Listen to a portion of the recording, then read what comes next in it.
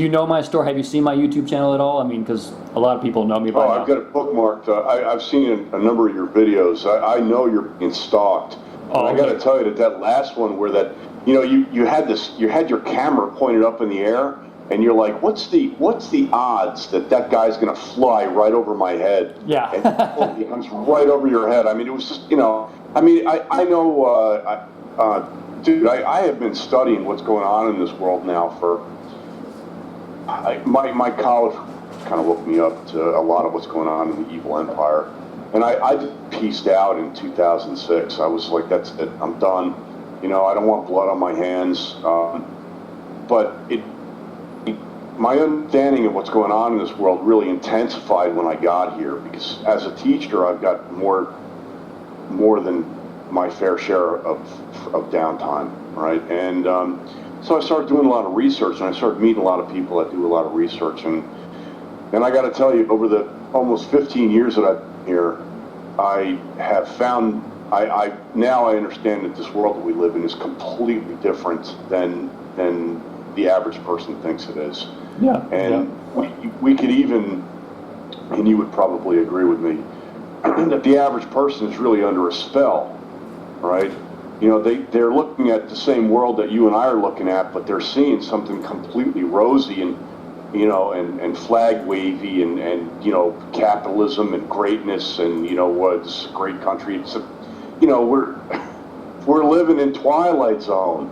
The average person is a friggin' peasant with an iPhone. He's a goddamn slave, a wage slave. He doesn't own his own land. He doesn't own his own car. And he's, I talked to my brother, who's an architect. My brother's brilliant. And I tell him, Tom, you don't own your own house. And he's like, I own my own house. I said, Tom, have you read your mortgage agreement? Don't worry, I own my house. He starts arguing with me, I can't call my brother an idiot because he's a graduate from NJIT. He's actually an honors graduate. He's one of the premier architects in New Jersey. And he's not stupid. Well, what's happening here? What's happening here is these people are under a spell. They've been hypnotized. They're asleep. It's literally they live. Yeah, it is. That's that. A lot of people are saying that movie's a documentary. It's not a movie. It's a documentary. Roddy Piper said before he quote died. He died. How does a guy? He's only 60 years old. He's in tip-top shape and he dies. It's a complete farce. He's waking people up. And he's yes, They Live is not a movie. It's a documentary, and all of a sudden he's mysteriously dead. Like how who's that chick that outed Barack Obama's man wife? The comedian Joan Rivers. She outs Barack Obama's man wife, Michelle, as a transgender, and she's dead within a month. She just mysteriously died after she outed, the quote first lady. Dude, we live in friggin' psycho world. Yeah. Did you see? That reminds me. Did you see? People are asking me, Daniel, why are you friends with Richard Bruce? Doesn't he see lizard men? And it's like, dude, you don't understand. He sees reality. This is the real world. You are living in a friggin' dream world. Richard Bruce sees reality, right? Yeah. Do you see his camera going up, and he hears helicopter blades in the distance, up in the distance, and he says on camera, what is the sorry, dude, I'm screaming, I'm getting all upset. He says on camera, what is the odds that thing is going to fly over my head? 30 seconds later, right over his head. What are the odds of that? Right? Yeah. And what did he just pick and choose that? Is that what he's doing? He set up his whole channel just so that he could bullshit 400 or 500 people? Right. Why would he waste his time doing that? You could get a job at goddamn Burger King and more fruitful. He has a message. He's trying to tell you that you're asleep, and he sees what's going on right in front of him. And this is my friend Dave too. You know, my friend Dave is educated man. Second, he's my age. He's like 52 years old. You know, third, dude, if you're gonna lie about something, you don't lie about seeing lizard men. You know what I mean? Like you tell somebody a good bullshit story, like I used to be a Navy SEAL. You don't tell them you're seeing lizard men. You know, and you know, so this is really my point: is that yes, it's bizarre, but these people have no, you know, they have no reason to lie about something that's so bizarre. Yeah. So can you give me the rundown on that story again? They're up in Bohemian Grove, and you want to record it? Hit the record button. I'm rolling right now, so go ahead. Yeah. So hello everybody. This is the Lizard Men story take 2. Daniel's Lizard Men story take 2. Okay, go for it. Yeah, let her rip. Dude, did you already? I just want to start off by talking about lying first. Just to reiterate, you know, what I just said. I want to start off the interview by talking about lying. All right. Now, there's speculation that goes, oh, this guy might be lying. First of all, this is not my story. All right, this is my friend Dave's story. I call my friend Dave because he doesn't want to be associated with his own story. It scares the shit out of him. All right, but I felt it was so important that the past, it's got to be 2 years now, I've been telling his story to anybody that'll listen. And I mean, I've never seen a lizard man. I've never seen a UFO. I've never seen spirits. I've never used a Ouija board. But back to the discussion about lying. My friend is a 50-year-old guy, you know, and look, if you're gonna lie about something, lie about fucking lizard men, right? You know, you lie about something cool, like I used to be a Marine recon, you know, or some shit like that. You don't tell them. You tell your whole group of friends that thinks you're a smart guy that all of a sudden lizard man. Yeah, that's why I like hell stories, because not only did he tell me, but he told our small group of friends, and I got to tell you that I was the only one that believed him. Right? People started sending me whispers that our friend Dave, that we knew for years, must be off his friggin' rocker or something. You know, and I'm going to tell you the same thing that I told my friends back then. Why would he lie about that? I'm not saying he's not lying, right? I'm sure he could have had a psychotic break, and all of a sudden he just wants to bullshit friends that have known him for years and that are educated people. He's going to tell them a BS story to completely destroy our friendship and burn every bridge down so we never talk to him again. That's ridiculous. But he would do that, you know. And as far as me lying, I wouldn't bother going on YouTube wasting everyone's time with a stupid story that I knew was BS. You know, I mean, I guess I fall into the same parameters of lying that my friend does. Why would I waste my time telling a stupid story? You know, I mean, Richard's channel's only got about 400 or 500 people. You know, it's like I'm not going to get famous from telling this BS story. You know. Yeah. So I do my best to recreate his story, to the best of my ability. I mean, when he first told me, what happened was this: we were I don't know, we were on Mammies, right? Dave and I both go to. If you go to grism.blogspot.com, it comes up as Mammies shit, and it's it's a bunch of us research. I know it sounds like a goofball blog, but actually it's a whole bunch of serious researchers on there, and a lot of truth comes out of it. And him and I had downloaded the latest thing from David Icke, and so he asked me, what I thought of David Icke, and I thought, David Icke is great until he starts talking about lizard men, and then he just loses me. He says, "Oh, you don't believe the lizard man story?" I'm like, I don't know what to believe about lizard men. I mean, he seems to make a good case. Like, he's got all the photos, and he went to talk to that African dude, in the tribal African dude in the middle of nowhere and talking. I don't even remember the guy's name. Yeah, Credo Mutwa. Credo, whatever. Mutwa, yeah. That was a killer interview. Yeah, and so my question is, why would David do that? You know what I mean? Just to support lie. You know what I mean? It's ridiculous. People don't people don't take bullshit stories that far. You're never going to become a millionaire telling a bullshit story like Lizardmen, right? Nobody tells BS stories like that. But I told my friend Dave, I don't know what to think about that. I mean, it sounds sincere.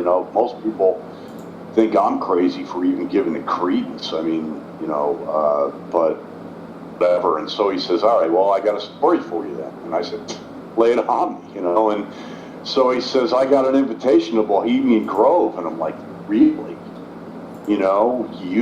I've seen Alex Jones's work in the Bohemian Grove, and I've heard Bohemian Grove addressed enough now that I sort of know what people are talking about. The 40-foot Moloch owl god, and I've seen the picture of Reagan and Nick Air at the same time, and I've seen Alex Jones's documentary, and so I know what he's talking about, and I know that he's at that point. What the story's telling me is true, that he's hobnobbing with the Rockefellers and the Rothschilds at this place, right?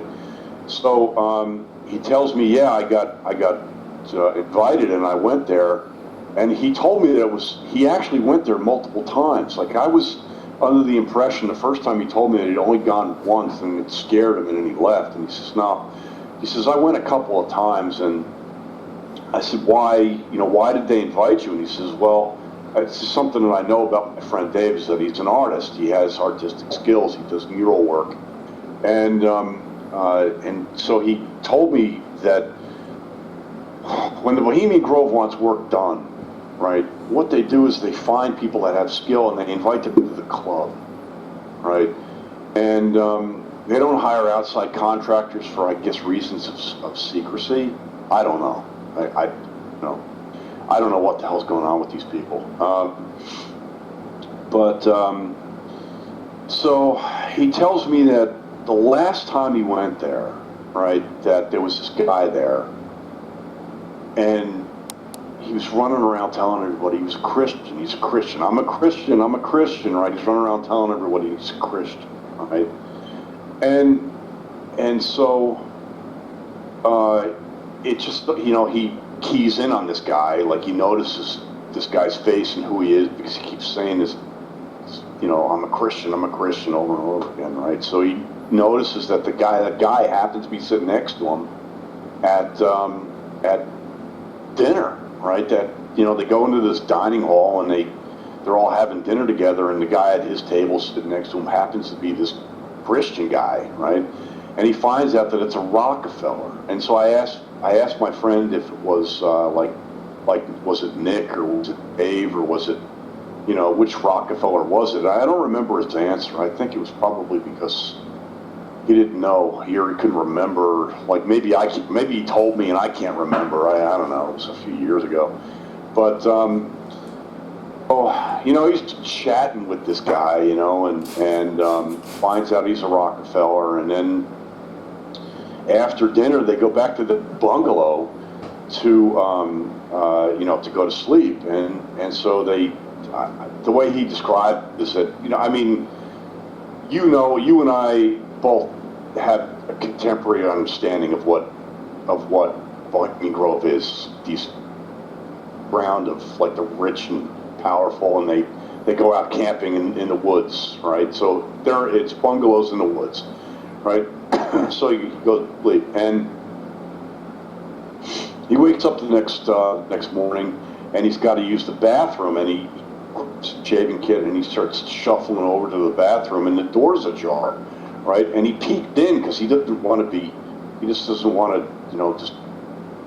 I guess, open the door while someone's in there, I don't know, doing whatever. And this Rockefeller guy, right? And wait, this is the same guy who said he was a Christian? This is the guy that was saying he was a Christian, right? And so the Rockefeller guy looks at him, And before he could get out, hey, I'm sorry for interrupting, this guy shapeshifts into a lizard, right? And I said, Dave, describe it to me. Slow down and describe it to me. And he says, there's only so much I can show you because I only saw a flash of it. You know, it flashed in front of my face. I was shocked. I was so scared. I looked down at my feet. I turned around and I walked away, right? Yeah. We're talking about fractions of a second, right? And he says that it was bigger than human. It was all white. It had teeth. It had a tail. And I said, what did you say? And he says, I didn't say shit. It scared the crap out of me. And, you know, I looked down at my feet. I backed up and I turned around and I went back to bed. And after that, I was under the impression that he put all his gear into his car and he drove away, but he says that's not what happened. He says what happened was that he spent the rest of the day there because he was obligated, right?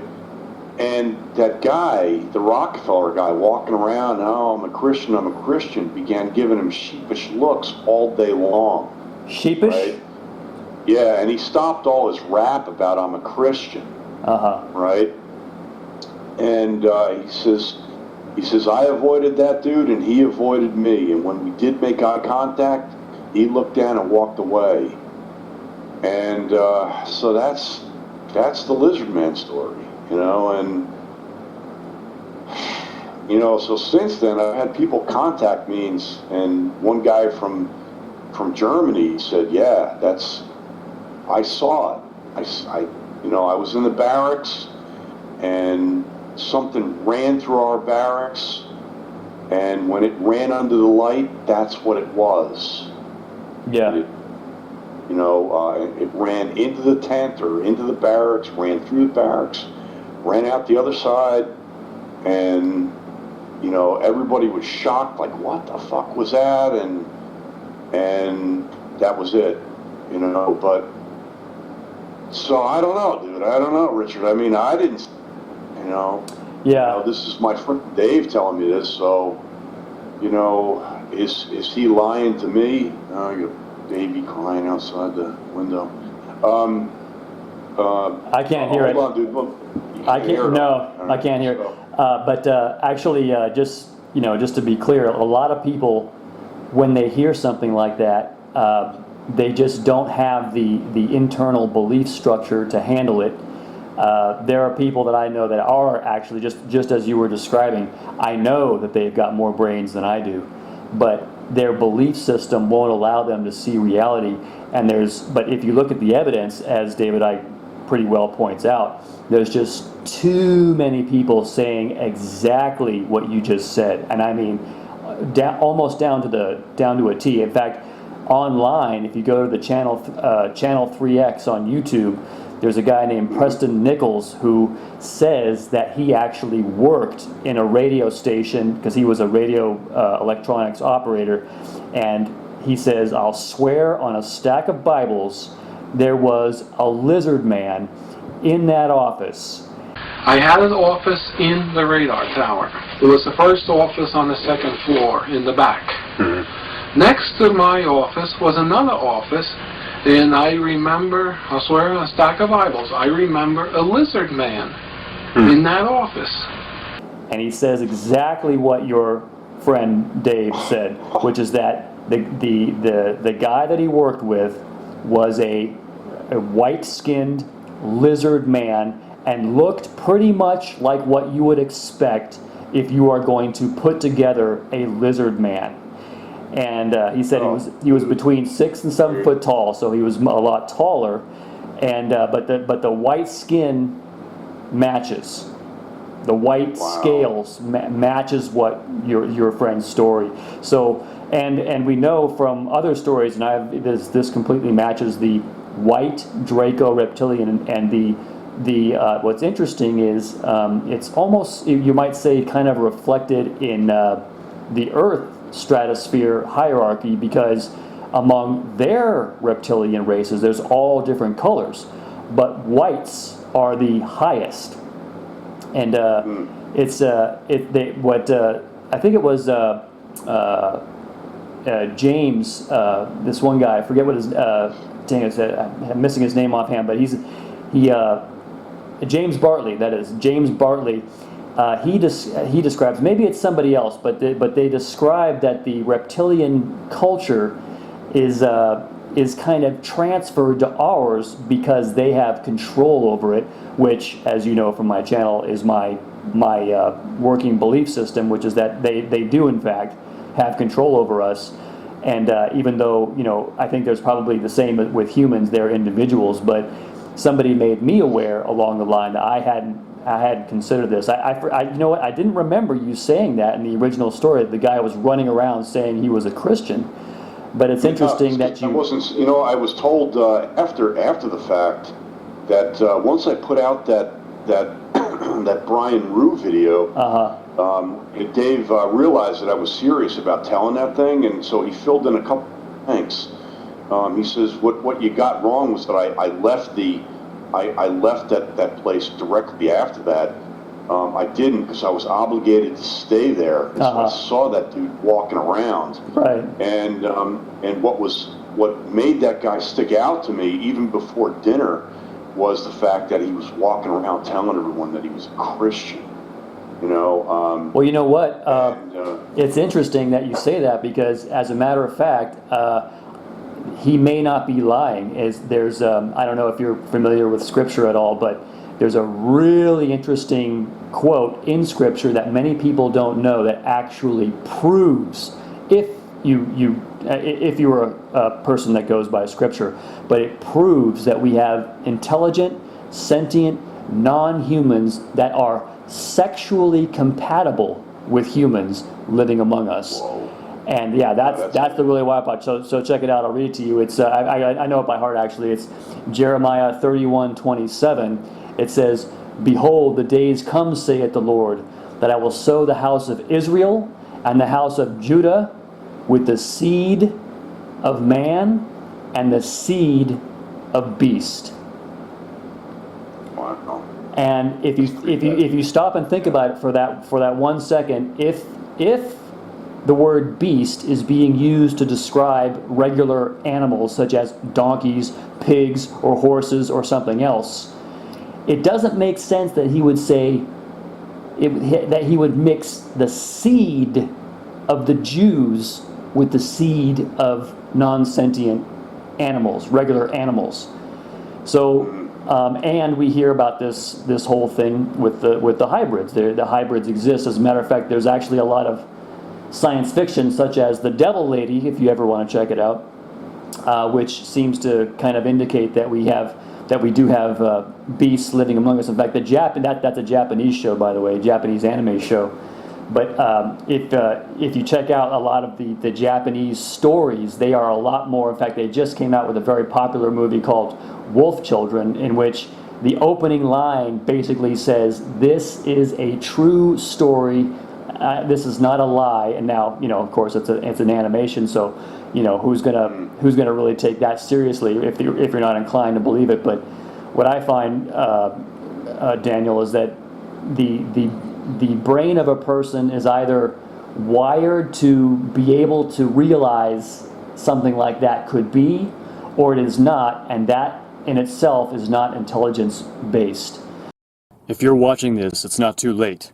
Say this prayer now. Father in heaven, please save my soul by the work of your Son Jesus on the cross, and show me your pure words in the authorized King James Bible.